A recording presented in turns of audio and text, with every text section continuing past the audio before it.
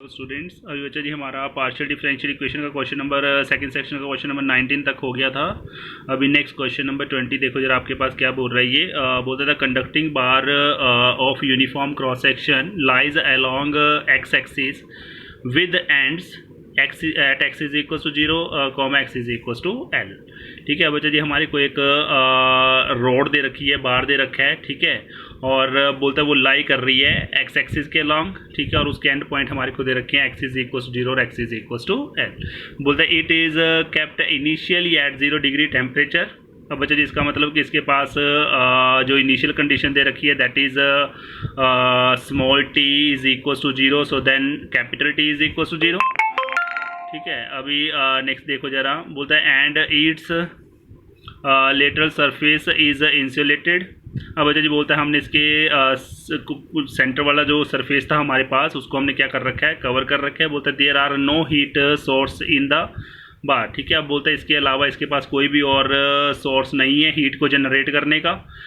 बोलता था and X is equal to zero is kept at 0 degree temperature. अब बच्चा जी हमारे पास इसने बता रखा है कि एक एंड इसका X is equal to zero जो है वो 0 डिग्री टेम्परेचर मेंटेन कर रहा है। Heat is suddenly applied to the end X is equal to L. अब बच्चा जी जो इसके वन एंड पे हमारे को X is equal to zero पे टेम्परेचर दे रखा था, बोलता है वो क्या हो रहा है एकदम से दूसरे end X is equal to L पे चेंज होकर सेम वही टेम्परेचर जो है वो भी काम कर रहा है X is equal to L के लिए भी। ठीक है, अब देखो यहाँ पे बच्चा जी इसने X is equal to zero पे हमारे को जो टेम्परेचर दे रखा था वो क्या दे रखा था, जीरो।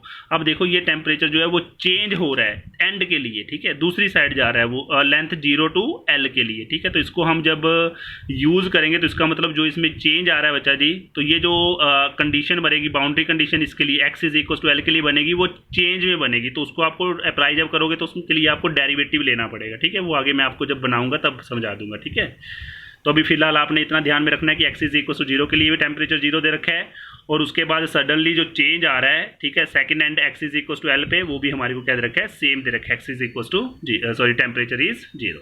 बोलते हैं so that there is a constant flux that is Q nought at X is equal to L. ठीक है, अब उसके लिए बच्चा जी हमारे को बोलता है इसके पास जो टेम्परेचर रहेगा, फ्लक्स जो कांस्टेंट रहेगा that is Q nought at X is equal to L. बोलता है find the temperature distribution in the bar for T is greater than zero. अब हमारे को वजह क्या करना है, टेम्परेचर डिस्ट्रीब्यूशन जो है वो बार का वो फाइंड आउट करना है इन कंडीशंस के अकॉर्डिंग। ठीक है, तो अब सबसे पहले मैं वन डायमेंशनल में डिफ्यूजन इक्वेशन को लेकर चला।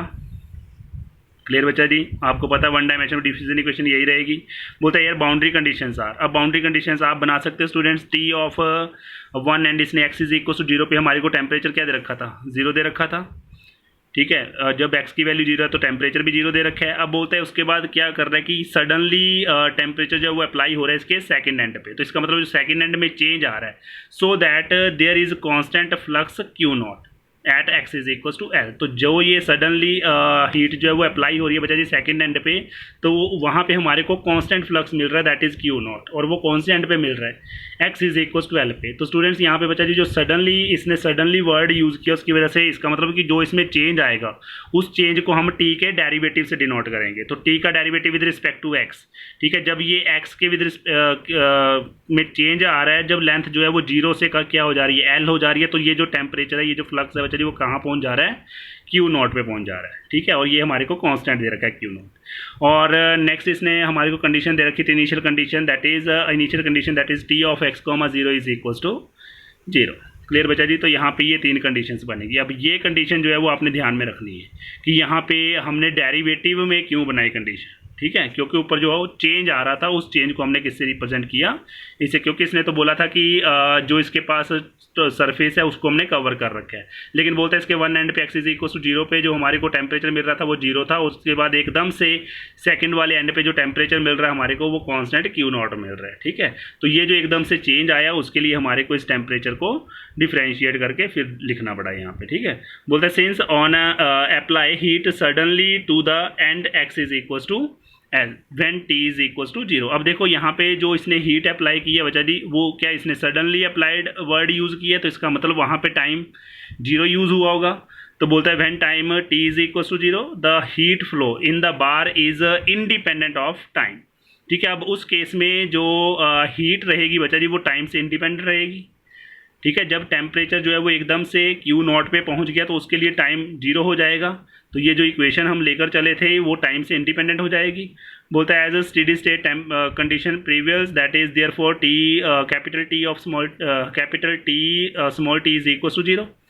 ठीक है, अब जो यहाँ पे मेरे पास फंक्शन स्मॉल टी पे डिपेंड कर रहा था उसको मैंने 0 कर दिया। So therefore equation number 1 implies, अब इक्वेशन नंबर 1 को देखो, small T capital T small T को 0 कर दो तो ये बच जाएगा हमारे पास। अब यहाँ से मेरा मोटिव है टी को निकालना। अब टी को निकालने के लिए मैं इसको 2 टाइम इंटीग्रेट कर दूंगा, 1 टाइम करूँगा तो T X is equals to A आ जाएगा, सम कांस्टेंट ऑफ इंटीग्रेशन। तो अगेन इंटीग्रेशन करूँगा बच्चा जी, तो टी जो है वो आ जाएगा A X plus other some constant of integration that is B. ठीक है, तो उसको मैंने डिनोट कर दिया, इस टेम्परेचर को मैंने डिनोट कर दिया टी एस से, जो कि स्टेडी स्टेट कंडीशंस के लिए काम कर रहा है। ठीक है, तो इसको मैंने नाम दे दिया टी एस। बोलता है using first boundary condition we get B is equal to 0। अब हम यहाँ पे फर्स्ट कंडीशन को यूज़ करेंगे तो वहाँ पे क्या बोल रहा था कि x जब 0 होगा तो t भी 0 हो जाएगा। तो जैसे x 0 होगा तो ये टर्म खत्म हो जाएगी और t 0 हुआ तो b हमारे को 0 के इक्वल मिल गया। वैसे by using second boundary condition, अब सेकंड बाउंड्री कंडीशन को जब मैं यूज़ करूँगा, सेकंड बाउंड्री कंडीशन इसके डेरिवेटिव में यूज़ होगी, ये ध्यान में रखना। सेकंड बाउंड्री कंडीशन जो है वो t के डेरिवेटिव में यूज़ होगी। तो इसका जब हम डेरिवेटिव करेंगे विद रिस्पेक्ट टू x तो मेरे को ये मिलेगा curl t over curl x is equal to a। ठीक है, अब इसमें मैं कंडीशन को यूज़ कर रहा हूँ तो बोलता है टी एक्स की वैल्यू क्यू नॉट हो जाएगी जब एल एक्स जो है वो एल हो। तो यहाँ पे ये तो एक्स के इंडिपेंडेंट हो जाएगा जब हम इसको डिफ्रेंशिएट करेंगे। तो यहाँ पे एक लाइन आपने ऐड कर लेनी है इसको डिफ्रेंशिएट करके। पहले आपने curl T over curl x निकालना है, उसके बाद आपने बाउंड्री कंडीशन सेकंड को यूज़ करना है। ठीक है, तो जब आप ऐसा करोगे बच्चा जी तो वहाँ से आपको कैपिटल ए मिल जाएगा दैट इज़ क्यू नॉट। ठीक है, सो देयरफॉर अब कैपिटल ए भी मिल गया, कैपिटल बी भी मिल गया, दोनों को उठाओ और इक्वेशन नंबर सेकंड में पुट कर दो। तो वहाँ से T S of X comma T जो है वो मेरे को ये मिल जाएगा। ए की जगह मैंने क्यू नॉट रख दिया और बी की जगह 0 रख दिया। बोलता है now let us assume that instant of time the temperature T of X comma T in the bar is given by this. ठीक है, अब यदि ये तो बोलता है हमारे को जो टेम्परेचर मिला वो तो तब मिला जब हमने इसको टेम्परेचर को टाइम से इंडिपेंडेंट कर दिया, लेकिन हमारे को साथ में इनिशियल कंडीशन भी तो दे रखी है जो कि टाइम पे डिपेंड कर रही है। तो इसका मतलब कि अब हम जो सोल्यूशन अब निकालेंगे बच्चा जी वो किस पे डिपेंड करेगा, टाइम पे। ठीक है, तो टाइम क्या बोलता था कि जैसे जैसे टाइम इंक्रीज करेगा वो सोल्यूशन डिक्रीज करना चाहिए। तो अब यहाँ पे मैंने बोलता है now let us assume that instant of time, ठीक है, the temperature T of X comma T is the in the bar is given by this is T of X comma T is equal to T S जो कि आपके पास Q not of X आया था plus T one of X comma T. ठीक है, और where this T one of X comma T is the transient temperature distribution which decrease with increase of T.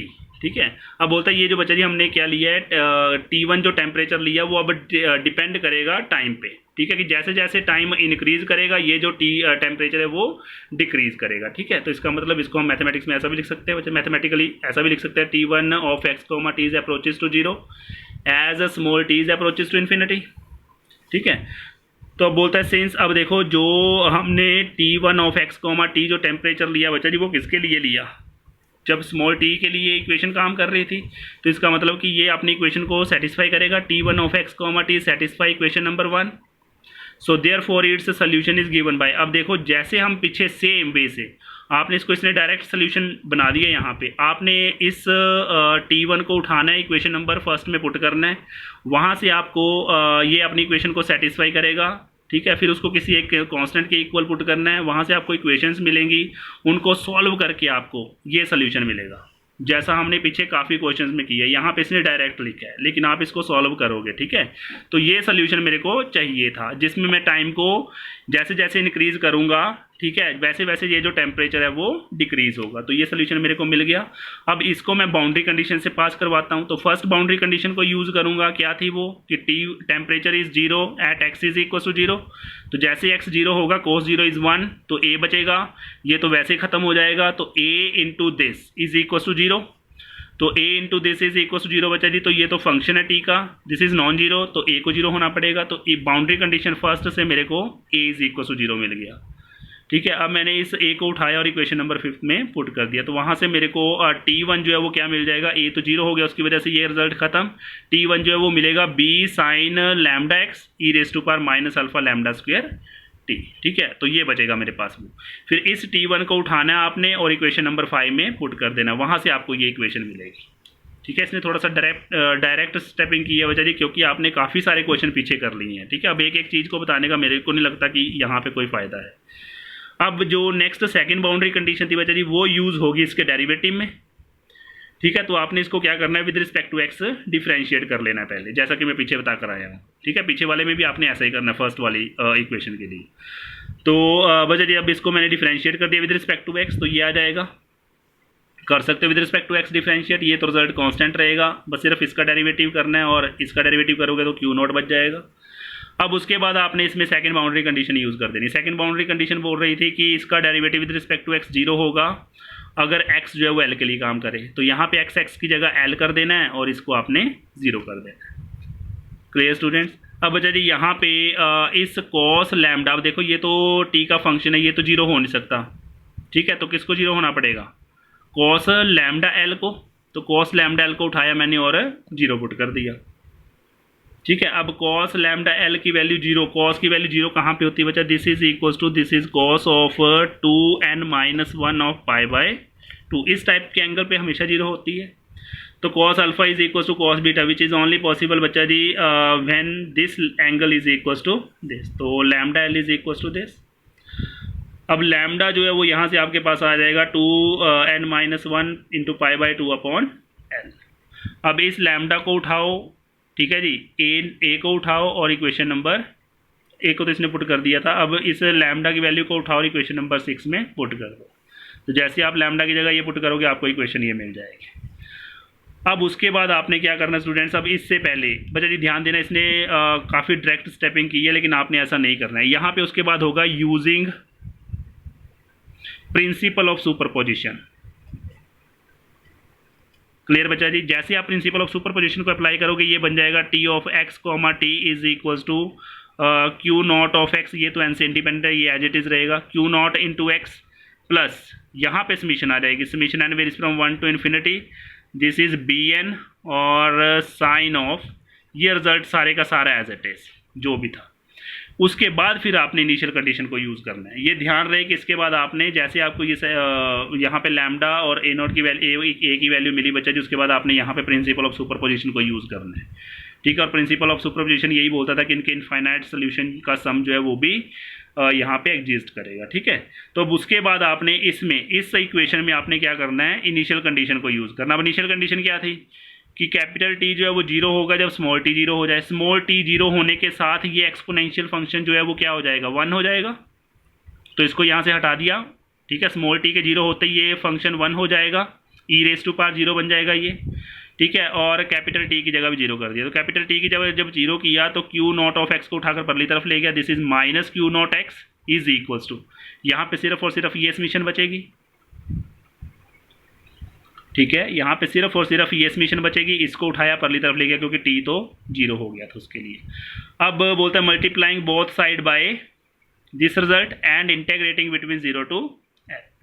Clear बचा जी? अब उसके बाद मैंने जैसे इसको मल्टीप्लाई किया उसके बाद मैंने ऑर्थोगोनैलिटी को यूज़ कर लिया। अब ऑर्थोगोनैलिटी क्या बोलती थी कि जब यहाँ पे n और m इक्वल होंगे तो इसकी वैल्यू bm(l/2) रहेगी और जब नॉट इक्वल रहेंगे तो 0 रहेगी। तो मैंने इक्वलिटी के लिए यूज़ किया और डायरेक्ट इस रिजल्ट को मैंने bm(l/2) पुट कर दिया। ठीक है, और यहाँ से मैंने bm की वैल्यू को निकाल ली और bm की वैल्यू जैसे मेरे पास आई, अब यहाँ पे ये इंटीग्रेशन होगी। इसको आप ub फार्मूला से भी कर सकते हो और इंटीग्रेशन बाय पार्ट से भी कर सकते हो। इसलिए इंटीग्रेशन ऑफ बाय पार्ट से की है, आपका जैसा मन करता है आपने वैसा कर लेना है। ठीक है, तो इसको आपने इंटीग्रेशन बाय पार्ट से करके या ub फार्मूला से करके इसको पहले आपने इवेलुएट करना है bm को। तो इवेलुएट होने के बाद ये ऐसा ऐसा आ जाएगा। अब इसको उठाना है आपने और जहाँ पे आपने प्रिंसिपल ऑफ सुपरपोजिशन यूज़ किया था, जो इसने लाइन मिसिंग कर दी थी मैंने बनाई थी वहाँ पे, ठीक है, वो आपने अच्छे से कंप्लीट करके लिख लेना है। उसमें आपने bm की वैल्यू को पुट कर देना। ठीक है, और यही आपको रिक्वायर्ड टेम्परेचर मिल जाएगा। Clear students? अभी बच्चा जी यहाँ पे ये क्वेश्चन नंबर 21 बड़ा सिंपल काम है लेकिन आपको देखना पड़ेगा एक बार। ठीक है, क्वेश्चन नंबर 21, 22, 23 ठीक है, 23 और 24, 25, यहाँ पे आपने क्वेश्चन नंबर 25 तक करना है। ठीक है, उसके बाद मैं यहाँ से मैं करवाऊँगा इस नोट से।